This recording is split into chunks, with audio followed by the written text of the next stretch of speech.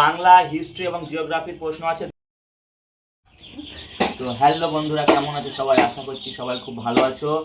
তো দেখতে দেখতে 2025 শেষ হয়ে গেল, 2026 চলে আসছে।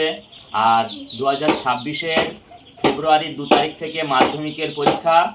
তোমাদের জন্য একটা বিশেষ ভিডিও নিয়ে আজকে আমি এসেছি। সেই ভিডিওটা সবার দেখার জন্য শেষ পর্যন্ত আমি রিকোয়েস্ট করছি, দেখলে অবশ্যই তোমাদের অনেক সমস্যা দূরীভূত হবে। তোমাদেরকে কিছু সাজেশন দেবো, যারা নতুন মাধ্যমিক দিতে যাচ্ছ, তোমরা জীবনের প্রথম একটা বড় পরীক্ষা দিতে যাচ্ছ। প্রথম দিন যারা পরীক্ষা দিতে যাচ্ছ, অবশ্যই পরীক্ষা শুরু হওয়ার 45 মিনিট আগে পরীক্ষা সেন্টারে গিয়ে পৌঁছবে।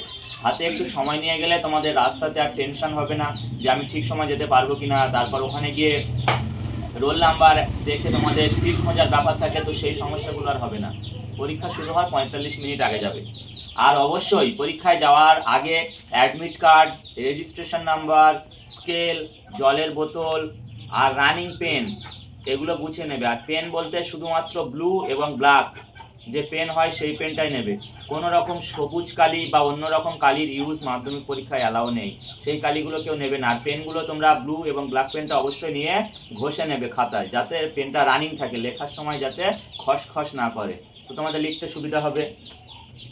আর অবশ্যই তোমরা একটা জিনিস যেটা সবাই ভুল করে প্রথম পরীক্ষা দিতে গিয়ে, যারা প্রথম মাধ্যমিক দিতে যাচ্ছ বা অন্য পরীক্ষা দিচ্ছ, তোমরা দেখবে যে ওখানে লেখা থাকে রোল নাম্বারের পাশে, রোল নাম্বারটা দেয়ালে টাঙানো থাকবে, ওখানে লেখা থাকবে ground floor, first floor, second floor.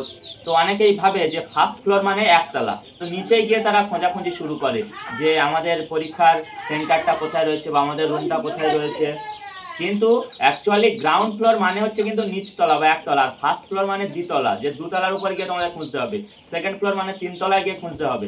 Second floor মানে কিন্তু দুতলা নয়, বা ফার্স্ট ফ্লোর মানে কিন্তু নিচের একতলা নয়। ফার্স্ট ফ্লোর মানে হলো দ্বিতলা, আর সেকেন্ড ফ্লোর মানে হলো তিনতলা। তো সেইখানে গিয়ে তোমরা তোমাদের সুন্দরভাবে এই ব্যাপারটা বুঝে গেলে। আর এক্সামে যাওয়ার অবশ্যই একদিন আগে তোমাদের ব্যাগটাকে ভালো করে গুছিয়ে নিতে হবে। আর তোমরা দেখবে যে জিওগ্রাফিতে ম্যাপ পয়েন্টিং করতে হবে, হিস্ট্রিতে তোমাদের ম্যাপ পয়েন্টিং করতে হবে, বা লাইফ সায়েন্সের ছবি আঁকতে হবে, ফিজিক্যাল সায়েন্সের ছবি আঁকতে হবে। এই ছবিগুলো আঁকার জন্য অবশ্যই পেন্সিলের ব্যবহার করবে, কলমের ব্যবহার করবে না। কারণ পেন্সিলের ব্যবহার করলে তোমাদের ভুল হলে মুছে আবার ওটা ইরেজার দিয়ে মুছে আবার কিন্তু ঠিক করতে পারবে, পেন দিয়ে সেটা হবে না। আর একটা পরীক্ষা দিতে যাওয়ার আগে অবশ্যই কিন্তু তোমরা তোমাদের বাড়িতে যে বড়রা রয়েছে, টিচাররা রয়েছে, তাদের অবশ্যই আশীর্বাদ নেবে। আশীর্বাদটা কিন্তু আমাদের অনেক কার্যকরী একটা করে। আর দ্বিতীয়ত যেটা, আমি কিছু প্রশ্নপত্র নিয়ে এসেছি, তো সেগুলো নিয়ে তোমাদেরকে এখন সেগুলো বলবো। প্রশ্নপত্রটা মূলত আমার হাতে বাংলা, হিস্ট্রি এবং জিওগ্রাফির প্রশ্ন আছে 2025-এর। তো সেই প্রশ্নগুলো আমি বলছি।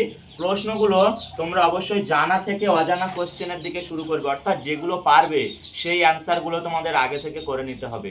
আর যেগুলো পারবে না সেগুলো কিন্তু ছেড়ে আসবে না, সবার শেষে দাগ নম্বর দিয়ে, বিভাগ দিয়ে সেগুলো নিজেদের মতন করে বানিয়ে লেখার চেষ্টা করবে। কেউ কিন্তু একটাও কোশ্চেন ছেড়ে আসবে না।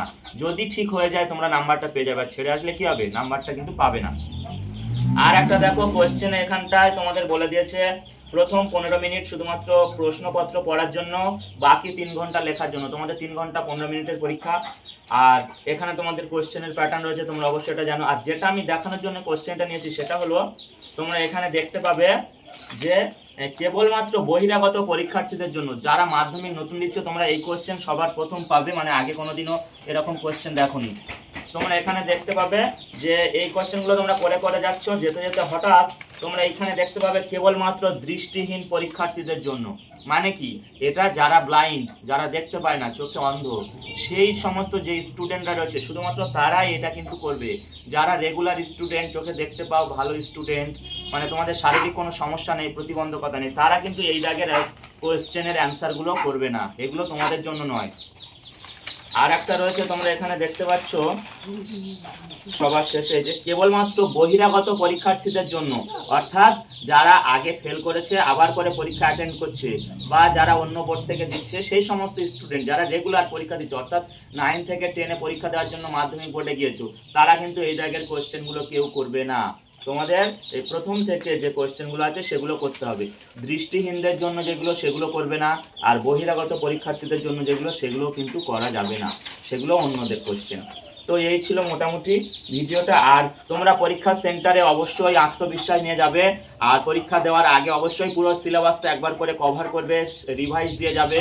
আর সবাই মানে তোমরা মনের একটা বিশ্বাস রাখো যে অবশ্যই তোমাদের পরীক্ষা ভালো হবে। এই যে 2026 ফেব্রুয়ারিতে যে সমস্ত মাধ্যমিক পরীক্ষার্থীরা পরীক্ষা দিতে আসছো, সবার পরীক্ষা খুব খুব ভালো হোক, তোমরা সবাই খুব ভালো রেজাল্ট করো। এই বলে এই ভিডিওটা শেষ করছি। সবাই ভালো থেকো, সুস্থ থেকো, আর খুব ভালো করে পরীক্ষা দাও। ধন্যবাদ।